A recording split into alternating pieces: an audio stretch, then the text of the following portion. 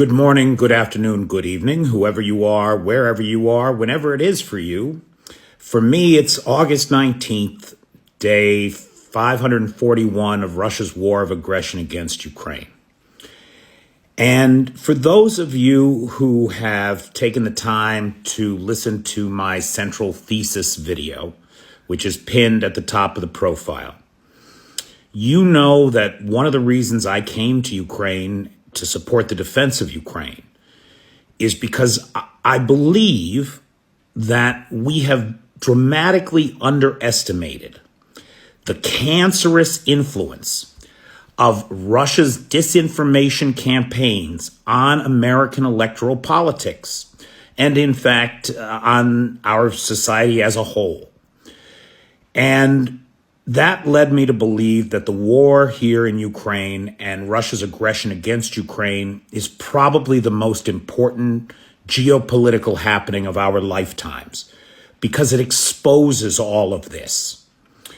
And so for me, the defense of Ukraine should be the United States' top international political goal. And it should be the number one issue driving our foreign policy, is what it should be. Now, why do I say these things? Why do I believe them? Well, I'd like to, first, I think it's important to say I did not find Dr. Carolyn Orr Bueno on my own. I was pointed to her work, which is extraordinary, by the incomparable Ryan Macbeth, who, if you don't know Ryan Macbeth, I strongly urge you to take a look at his work. He's a mediocre kind of guy who does extraordinary work, I'll tell you. And he's an American through and through, boy, and he's got a military background that I lack. So he's a great resource that I use all the time. And he understands Russian disinformation, and I've learned a lot about Russian disinformation by listening to him. And today he quoted the work of Dr. Bueno and pointed me to her Substack. And guys, this is what I want to look at with you today, and particularly if you are a conservative-leaning American. I want you to look at this with me and look at it hard. Take a look at Dr. Bueno's Substack and take a look at the work that she is doing. Because this is how we're being lied to and manipulated. This is how for at least 20 years, the Russians have been lying to us and manipulating us.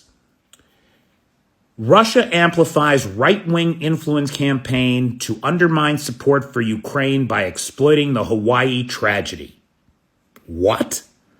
How could the tragedy in Hawaii possibly be linked to a political campaign against Ukraine? With a simple phrase, Hawaii, not Ukraine.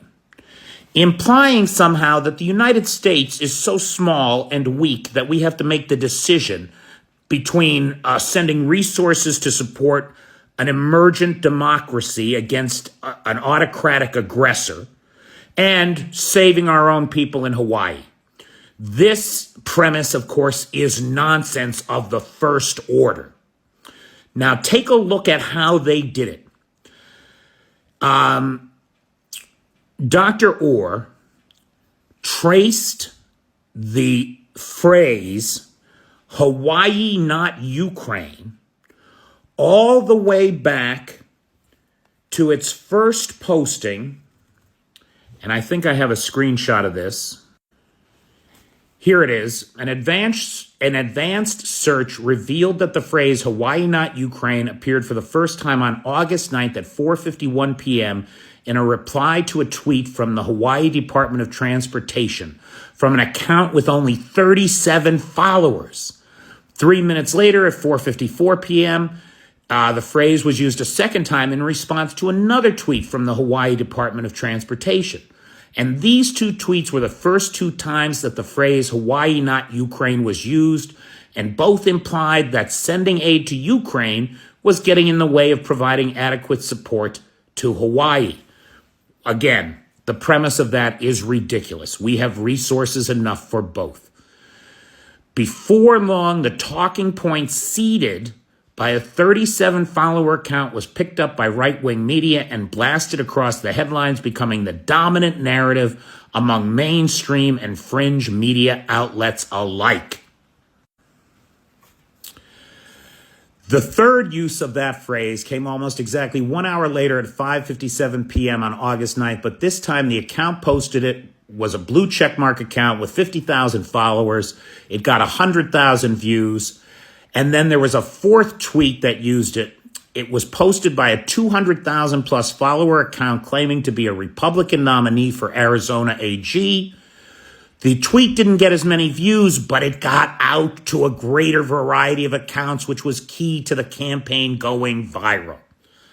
Before long, a talking point seeded by a 37-follower account was picked up by right-wing media and blasted across the headlines, becoming the dominant narrative among mainstream and fringe media outlets alike. This is what the Russians do. They seed a talking point. Then it gets amplified through their own channels or through useful idiots in the West. And then they harvest it, blow it up, all out of proportion to what it really is. Now, look, the Russians have been doing this to the right and the left for 30 years. And the culture war issues in the United States are amplified by these bots, these foreign bots that have only one interest: in setting Americans fighting with other Americans. It is ridiculous to think that in the United States of America today, we have to choose between serving the needs of victims of a wildfire and supporting our allies. This is nonsense of the first order. And it is done only to create divisions inside the United States. Now, look, the Russians have done this on the right and the left. But frankly, my friends, for everybody on the right, it is time to get woke.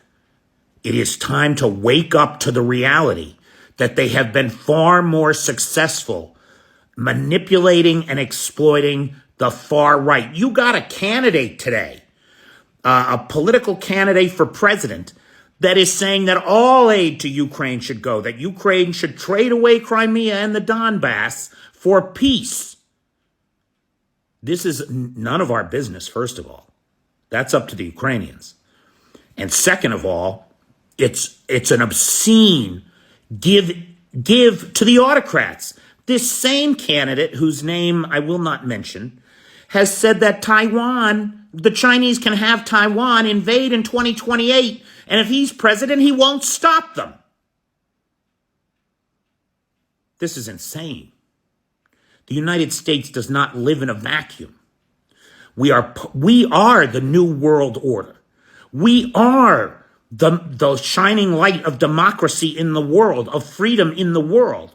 And that light, it is time, shone into all the dark corners and spaces, and everyone was freed from these lying bastards. Come on, America, wake up.